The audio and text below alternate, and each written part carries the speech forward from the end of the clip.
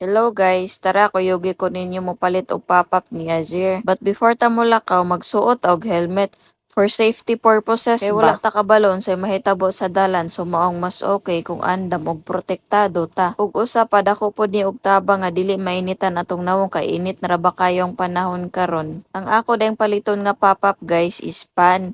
Mao man gud ang tawag ni Sir sa pan, pop-up. Dayon permi man gud na siyag iyak mangita og pan, maong dili gyud mi pwede mahutdan og pan sa balay. Dili man gud kay siya mukaon og luto, pero may na lang kay mukaon ra pod siya og pan og mga prutas. Sa mga moms like me ba sinaamoy ika-suggest din na vitamins pampagana og kaon.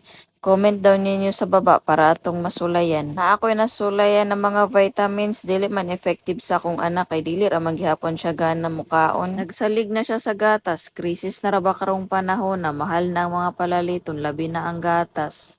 So mo to guys, nakapalit na ko og pan ug paingon na pud ko uli. Again magsuot og helmet maskin dol ra nga atong adtuan.